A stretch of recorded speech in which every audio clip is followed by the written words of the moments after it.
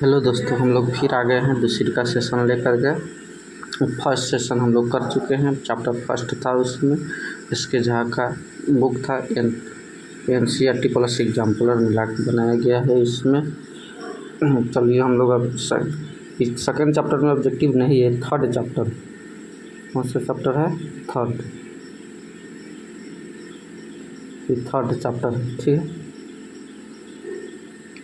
चलो हम लोग क्वेश्चन करते हैं, देखते हैं, ठीक।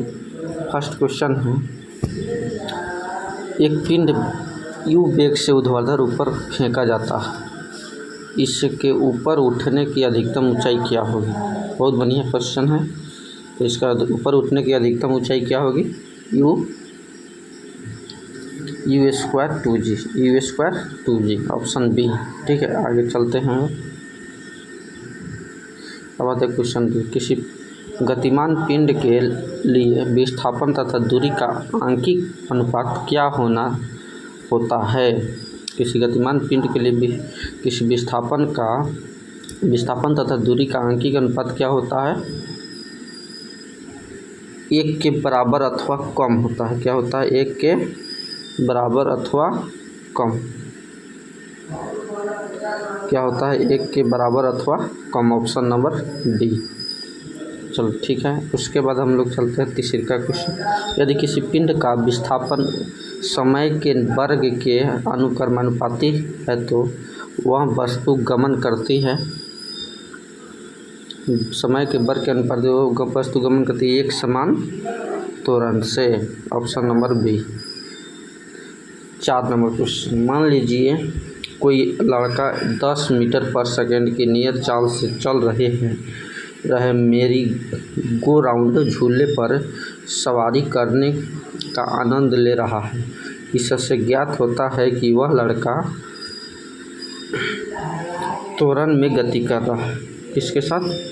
त्वरण में गति कर रहा है, ऑप्शन नंबर सी, ठीक है। अगला क्वेश्चन चलते हैं। 5 नंबर क्वेश्चन, V और T यानी कि वेग और समय ग्राफ द्वारा घेरा गया क्षेत्रफल किसी भौतिक राशि को निरूपित करता है जिसका मात्रक क्या होता है? मीटर। वेग और समय से क्या निकलता है? दूरी निकलता है। विस्थापन निकलेगा, विस्थापन का मात्रक क्या होता है? मीटर होता है, ठीक है। अब वो 6 नंबर क्वेश्चन, वेग समय ग्राफ से यह निष्कर्ष निकल सकते हैं कि पिंड एक समान वेग से गति करता है। पिंड किससे? एक समान वेग से गति करता है, वेग और समय की ग्राफ से, ठीक है। अगला क्वेश्चन चलते हैं। 4 ABCD किसी समतल सड़क पर गति कर रही है। इसके दूरी समय ग्राफ में दर्शाए गए हैं। सही कथन चुनिए। अब सही कथन हम लोग देखते हैं, और चित्र देख लिए इस चित्र में। उसके बाद ऑप्शन हम लोग देखते हैं कौन सही होता है। कार ए की चाल कार डी के चाल से अधिक है, तो कार डी ऊपर है, ए की चाल ना, कार डी की चाल नहीं है, तो ये ऑप्शन गलत हो गया। कार बी सबसे धीमी है, तो नीचे है, इसका अर्थ कार बी सबसे धीमी, यही सही, ठीक है। चलो अगला क्वेश्चन, चित्र का कौन सा ग्राफ समय एक समान गति का सही निरूपण करता है?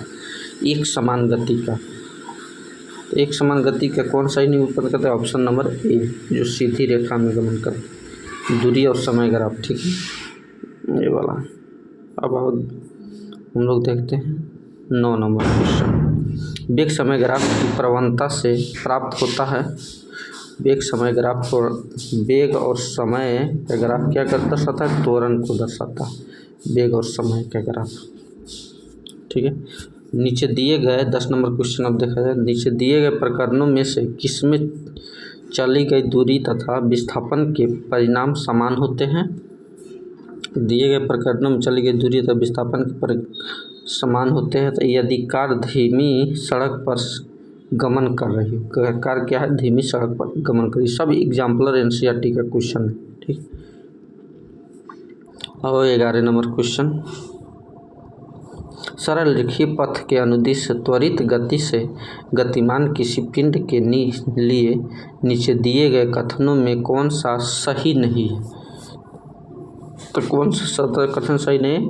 यह सदा पृथ्वी से दूर रहता है, नहीं, नज़दीक रहता है, यही गलत है, बाकी सब सही है। नकारात्मक त्वरण निम्न में से किसकी दिशा के विपरीत होता है? नकारात्मक त्वरण किसके विपरीत होता है? वेग के। व्यवस्थित वस्तुओं की वो प्रवृत्ति जो उसे स्थिर या समान गति से गतिमान रहने के लिए प्रवृत्त करता है क्या कहलाता है? जड़त्व।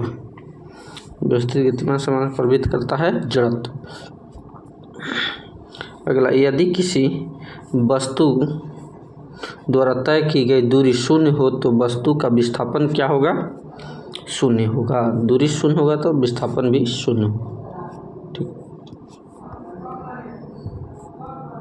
विस्थापन के परिवर्तन की दर को क्या कहते हैं? विस्थापन की परिवर्तन की दर को वेग कहते हैं। विस्थापन में परिवर्तन की दर वेग कहलाता है। किसी पिंड का वेग समरूप कहा जाता है कब?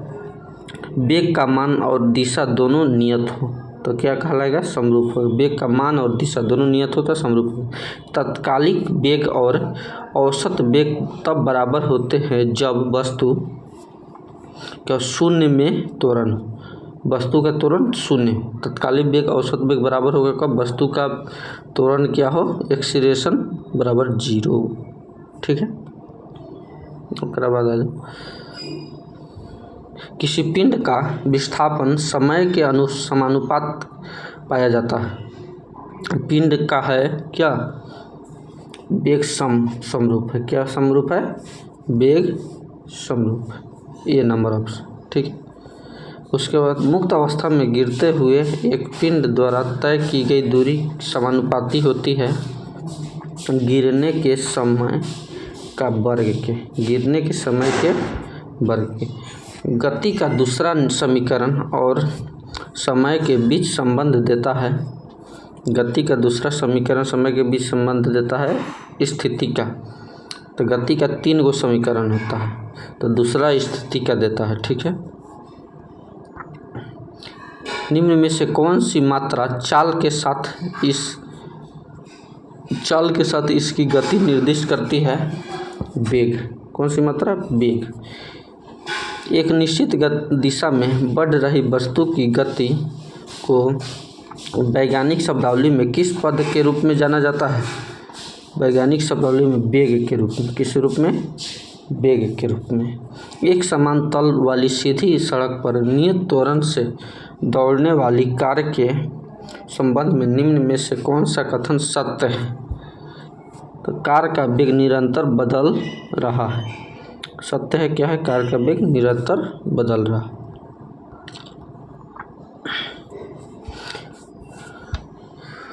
डैश का उपयोग एक वस्तु की सामग्री गति का वर्णन करने और किसी दिए गए समय पर इसकी प्रारंभिक स्थिति के संदर्भ में अंतिम स्थिति का पता लगाने के लिए किया जाता है। किसका?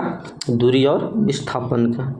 दूरी और विस्थापन। एक वस्तु को ऊपर की ओर फेंका जाता है। यह 100 मीटर की ऊंचाई तक जाता है और फिर फेंकने वाले के पास वापस आ जाता है। फेंकने वाले के पास वापस आ जाता है। वस्तु का वास्तविक विस्थापन क्या होगा? शून्य होगा। विस्थापन का मान ली कोई फेंका फिर वहीं पे आ गया तो इसका विस्थापन क्या हो जाएगा? शून्य हो जाएगा। ठीक है। यदि कोई वस्तु एक समान समय अंतराल में असमान दूरी तय करती है तो इसे क्या कहा जाता है? असमान गति। असमान दूरी तय करेगा तो असमान गति। ठीक है। निरंतर शक्ति प्रदान करने वाली किसी मशीन के द्वारा कोई पिंड एक सरल रेखा में चलाया जाता है। t सेकेंड में पिंड द्वारा तय की गई दूरी निम्न में से समानुपाती होता है किसके?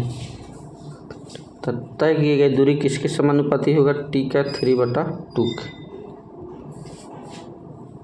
ठीक। यानी ऑप्शन डी। किसी वस्तु का त्वरण इसके डैश में प्रति इकाई समय में हुआ परिवर्तन है एक वेग में। त्वरण क्या होता है? वेग में परिवर्तन होता है। समय के साथ किसी वस्तु का वेग दिखने वाले ग्राफ को क्या कहा जाता है?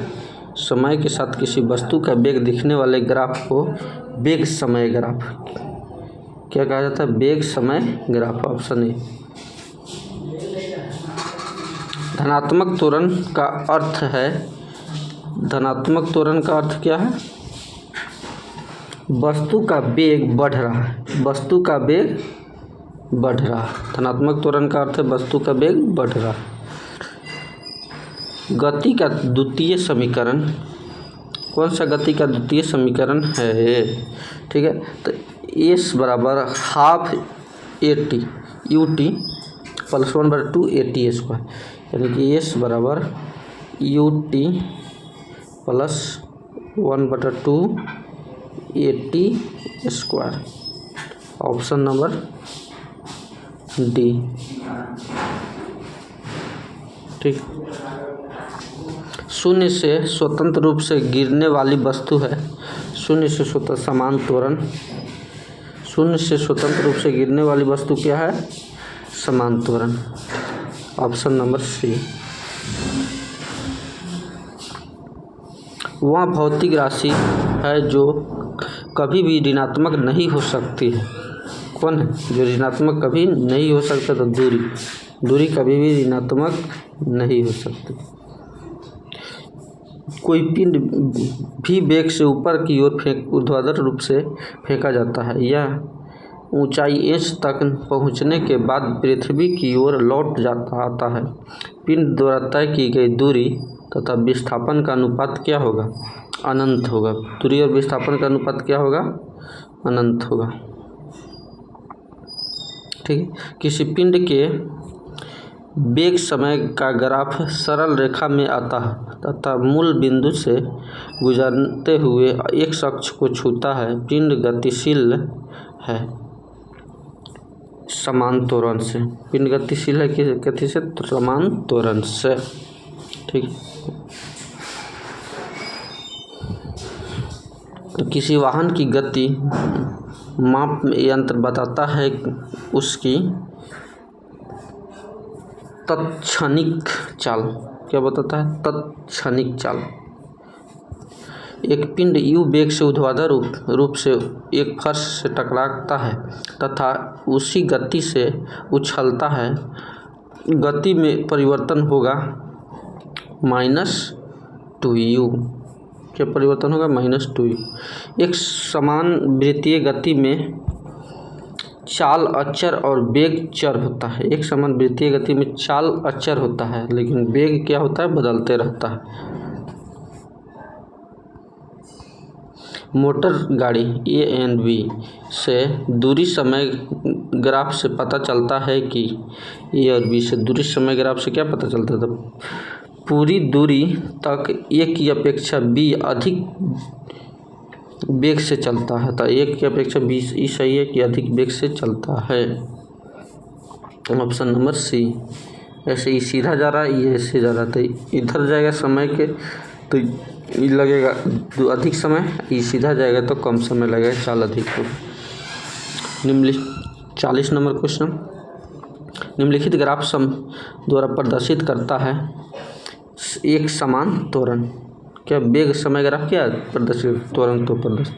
अब बीच में है तो सीधा जा रहा है तो एक समान त्वरण। एक वस्तु असमान वेग तथा समान त्वरण से गतिमान है, अब वेग समय ग्राफ रेखीय होगा। क्या होगा? वेग समय ग्राफ रेखीय होगा। पिंड का त्वरण प्रदर्शित करता है, पिंड का त्वरण क्या प्रदर्शित करता है? d² s/dt का स्क्वायर, डिफरेंशिएटर। ठीक है, ऑप्शन नंबर बी। एक कण एक समान वेग से गतिमान है। कण की गति के संबंध में निम्न में से कौन सा कथन सत्य है? एक समान वेग से गतिमान है तो कण की गति के समय में कौन सा सत्य है? इसकी त्वरण शून्य हो जाएगा, इसकी त्वरण क्या हो जाएगा? शून्य हो जाएगा। गति का तीसरा नियम वेग और समय वेग के बीच संबंध प्रदान करता है। गति का तीसरा नियम क्या के बीच स्थिति और वेग के बीच, तीसरा नियम स्थिति और वेग के बीच संबंध प्रदान करता है। इसमें हो गया स्थिति। समान त्रिज्या की एक लोहे की गेंद व लकड़ी की गेंद को निर्वात में एक ऊंचाई से गिराया जाता है। दोनों को पृथ्वी तक पहुंचने में लगने वाला समय होगा। इन समान निर्वात में गिराया जाएगा तो दोनों एक समान त्रिज्या की एक लोहे की गेंद व लकड़ी की गेंद को निर्वात में एक ऊंचाई से गिराया जाता है। दोनों को पृथ्वी तक पहुंचने में लगने वाला समय क्या होगा? समान होगा। ठीक है, समान यानी कि B number option, B number. ठीक है, डी नहीं बी हो। गति को सर्वप्रथम किसने परिभाषित किया था? तो गति का नियम सर्वप्रथम किसने दिया था? गैलीलियो ने सर्वप्रथम परिभाषित। ग्रहीय गति कहेगा तो केपलर हो जाएगा। ठीक है, 47 नंबर क्वेश्चन हम लोग लास्ट अब आ रहे हैं। गति का पहला समीकरण किसके बीच संबंध दर्शाता है? गति का पहला समीकरण वेग और त्वरण के बीच। गति का पहला समीकरण वेग और त्वरण के बीच। गति के दूसरे समीकरण द्वारा किसके बीच संबंध को दर्शाया जाता है? दूसरे समीकरण द्वारा वेग और समय के बीच, वेग स्थान और समय के बीच, स्थिति और समय के बीच। दूसरा समीकरण स्थिति और समय के बीच। ठीक है, एक कण स्थिर अवस्था में शुरू होने के बाद 20 सेकेंड के लिए स्थिर त्वरण का अनुभव करता है। यदि यह पहले 10 सेकेंड में x1 और शेष 10 सेकेंड में x2 दूरी तय करता है तो निम्नलिखित में से कौन सा सही है? x2 कौन सा सही है? तो x2